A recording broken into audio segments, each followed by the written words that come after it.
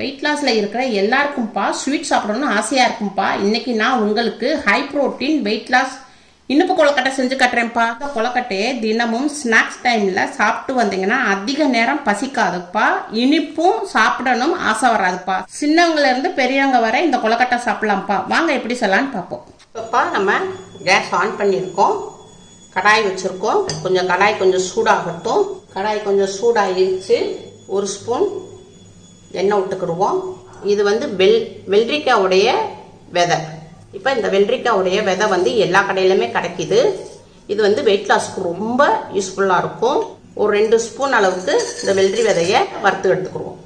உங்களுக்கு நெய் வேணா ஒரு அரை ஸ்பூன் போட்டுக்கலாம். என்கிட்ட நெய் இப்போதைக்கு இல்லை, அதனால நான் எண்ணெய் ஊற்றிருக்கேன். இப்போ நம்ம வெள்ளரி விதையை கொஞ்சம் வறுத்து எடுத்தாச்சு. நம்ம கொஞ்சோண்டு தான் ஊற்றணும், ஆனால் அதில் உள்ள அந்த வெள்ளரி விதையில உள்ள அந்த எண்ணெய் உங்களுக்கு மெல்ட் ஆயிருக்கு. பிளேட்ல மாத்திக்கிறோம்ப்பா.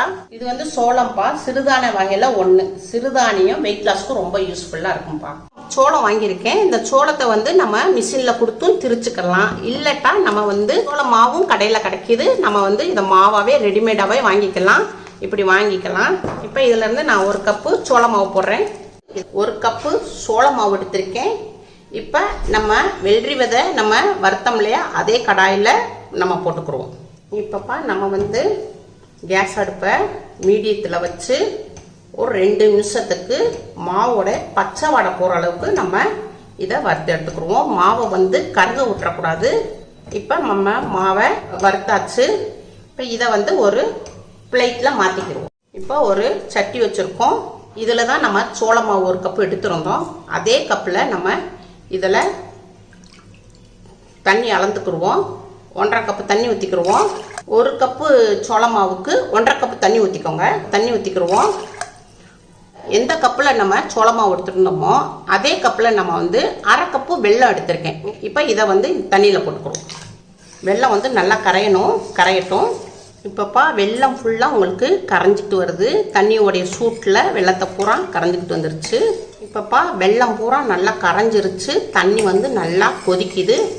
இதை நம்ம தனியாக எடுத்துக்கிடுவோம். இப்போ ஒரு கடாய் வச்சுக்கிடுவோம். இந்த வெள்ளத்தை இந்த ஜல்லடையில் அப்படியே நிறுத்துருவோம். நிறுத்திட்டோம்னா வெள்ளத்தில் உள்ள தூசி மண்ணெல்லாம் இந்த ஜல்லடையில் நின்றுக்கிறோம். இப்போப்பா நம்ம கொஞ்சோண்டு உப்பு போட்டுக்கிறோம். ஏன்னா நம்ம ஒரு பிஞ்ச் அளவுக்கு உப்பு போட்டுக்கிட்டோம்னா வெள்ளம் நம்மளுக்கு ரொம்ப தூக்கலாக இருக்கும். சாப்பிடும்போது ரொம்ப டேஸ்ட் கிடைக்கும். இப்போப்பா நான் இது ஏலக்காய். இதில் ஒரு 3 ஏலக்காவை எடுத்திருக்கேன். இதை இந்த கல்லில் வச்சு நல்லா பொடியாக்கியிருக்கேன். மேலே அந்த ஏலக்காவுடைய தோலை எடுத்துருவோம். இப்போ இடிச்சிருந்த இந்த ஏலக்காவுடைய விதையை இடித்து நல்லா போட்டுக்கிறோம். ஏலக்காய் ஸ்மெல் ரொம்ப நல்லா இருக்கும்ப்பா. சாப்பிடும்போது ரொம்ப டேஸ்டாக இருக்கும். தேங்காய், ஃப்ரெஷ் தேங்காய்ப்பா கொஞ்சம் நான் திருகி வச்சுருக்கேன். ஒரு பிடி. இது கொஞ்சம் நம்ம இப்படி போட்டுக்கிறோம். வெள்ளைப்பாகில் இதை போட்டுக்கிறோம். வறுத்து வச்சுருந்தோம் இல்லையாப்பா வெள்ளரி விதை, இதையும் இதில் போட்டுக்கிறோம். இப்போ நம்ம வறுத்து வச்சுருந்த சோள மாவை இந்த வெள்ளத்தில் நம்ம கொஞ்சம் கொஞ்சமாக சேர்த்து கிண்டிக்கிடுவோம்.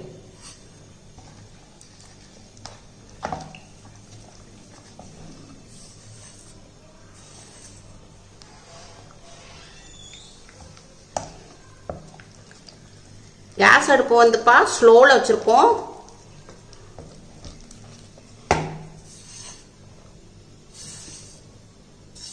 இப்போ எல்லா மாவையும் இதில் போட்டுக்கிடுவோம். இப்போ இதை துணியை வச்சு நல்லா பிடிச்சிட்டு நல்லா கிண்டணும். இப்போ இதை நல்லா கிண்டணும்ப்பா. கட்டி விடாமல் நம்ம கிண்டிக்கிடுவோம். கரெக்டாக இருக்குப்பா தண்ணி. இப்போ நம்ம 1 கப்பு மாவுக்கு 1.5 கப்பு தண்ணி ஊற்றிருக்கோம். கரெக்டாக இருக்குது. இப்போ நம்ம சப்பாத்தி மாவு பதத்துக்கு கரெக்டாக இருக்குது. தண்ணி கரெக்டான அளவு வச்சுருக்கோம். இப்போ நம்ம கேஸை ஆஃப் பண்ணிடுவோம். கேஸ் ஆஃப் பண்ணிவிட்டு நல்லா இப்படி கிண்டி விட்டுட்டு இதை நல்லா ஆற விட்டுருவோம். நம்ம கிண்டி வச்சுருந்தோம் இல்லையா, நல்லா ஆறிடுச்சு. இது சூடு ஃபுல்லாக ஆறிடுச்சு. நம்ம பவுலில் மாற்றிக்கிடுவோம். இப்போ மாவைப்பா நம்ம பவுலில் மாற்றிக்கிட்டோம். நல்லா சாஃப்டாக இருக்குப்பா. இதை இன்னும் கொஞ்சம் நல்லா பிசைஞ்சுக்கிடுவோம். ரொம்ப சாஃப்டாக இருக்குப்பா மாவு. இப்போ 2 நிமிஷத்துக்கு நம்ம இதை நல்லா பிசைஞ்சுக்கிடுவோம். அப்போ இன்னும் நல்லா சாஃப்ட் கிடைக்கும். நம்ம 2 நிமிஷம் நல்லா பிசைஞ்சாச்சு. அவ்வளோதான்ப்பா, மாவு பிசைஞ்சாச்சு. மாவு ரெடி ஆயிடுச்சு. இப்போ இதை ஒரு இட்லி தட்டு எடுத்துக்கிடுவோம். இப்போ நம்ம இட்லி தட்டில் துணி போட்டுக்கிடுவோம். லைட்டாக தண்ணி நனைச்சு ஃபுல்லாக நல்லா சுத்தமாக தண்ணி ஒரு பிட்டு இல்லாமல் நம்ம எடுத்துக்கணும். இங்கே வேணும்னா இட்லி தட்டில் எண்ணெயை தடவி கூட வைக்கலாம். நம்ம வந்து அரிசி மாவில் தான் கொழுக்கட்டை செய்வோம். நம்ம வந்து அப்படி செய்யலை. இப்போ வந்து இதை வந்து நம்ம சோள மாவில் சிறுதானியத்தில் நம்ம சோள மாவில் இந்த கொழுக்கட்டை செஞ்சுருக்கோம். வெயிட் லாஸ்க்கு ரொம்ப ஹெல்ப் பண்ணும்ப்பா. டயபெட்டிஸ் பேஷனுக்கு, சின்ன பிள்ளைகளுக்கு எல்லாத்துக்குமே இந்த கொழுக்கட்டை கொடுக்கலாம். ஆனால் கொழுக்கட்டையில் வந்து நம்ம எப்பவுமே நம்ம எள்ளு போட்டு தான் நம்ம செய்வோம். எள்ளு போட்டு செய்யும் போத சிலர் பேர் என்ன எல்லாரும் கமெண்ட்ல கேட்குறீங்க, என்ன எள்ளு போட்டால் சாப்பிடலாமா அப்படின்னு. நான் மாசமா இருக்கிறேன் அதனால சாப்பிடலாமான்னு உங்களுக்கு டவுட் கேட்குறீங்க. அதனால எள்ளு வந்து வேண்டாம். அதனால தான் உங்களுக்கு வெயிட் லாஸ் காண்டி வெள்ளரி விதை போட்டிருக்கேன். நம்ம சாப்பிடும் போது ரொம்ப கொழுக்கட்டை சாப்பிடும் போது ரொம்ப கிரிப்ஸியாக இருக்கும். நல்லா நறுச்சுன்னு தேங்காய் சாப்பிட்ட மாதிரி ரொம்ப டேஸ்ட்டாக இருக்கும். இப்போ உங்களுக்கு கொழுக்கட்டை பிடிச்சி காமிக்கிறேன். இப்படி மாவு எடுத்துக்கோங்க, கொஞ்சம் மாவு எடுத்துக்கோங்க. இப்படி வச்சுட்டு இப்படி பிடிச்சிக்கோங்க. அதான் ஓகே. இப்படி எல்லாத்தையும் பிடிச்சி இட்லி தட்டில் வச்சுக்கோங்க.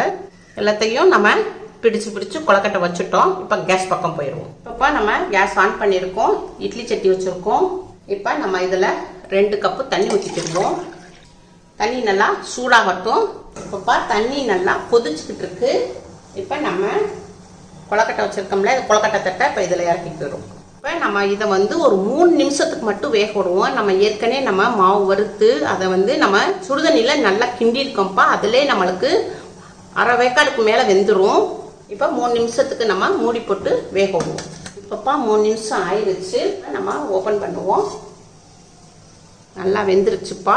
இப்போ நம்ம கேஸு ஆஃப் பண்ணிடுவோம். உங்களுக்கு இது கொஞ்சம் ஆறட்டும். ஆறினவுடனே உங்களுக்கு எடுத்து காமிக்கிறேன். இப்போப்பா நம்ம இதை வந்து சூடாக இருக்கிறனால இப்போ நம்ம ஒரு ஸ்பூனை வச்சு எடுத்துக்கிறோம். பிளேட்டில் மாற்றிக்கிடுவோம். அவ்வளோதான்ப்பா, சோள கொழுக்கட்டை ரெடி ஆயிருச்சு. ரொம்ப சாஃப்டாக இருக்குது, ரொம்ப டேஸ்ட்டாக இருக்குது. இந்த மாதிரி நீங்கள் செஞ்சு சாப்பிட்டீங்கன்னாக்க வெயிட் லாஸ்க்கும் ரொம்ப ஹெல்ப் பண்ணும். ரொம்ப உடம்பும் ரொம்ப ஹெல்த்தியாக இருக்கும்ப்பா.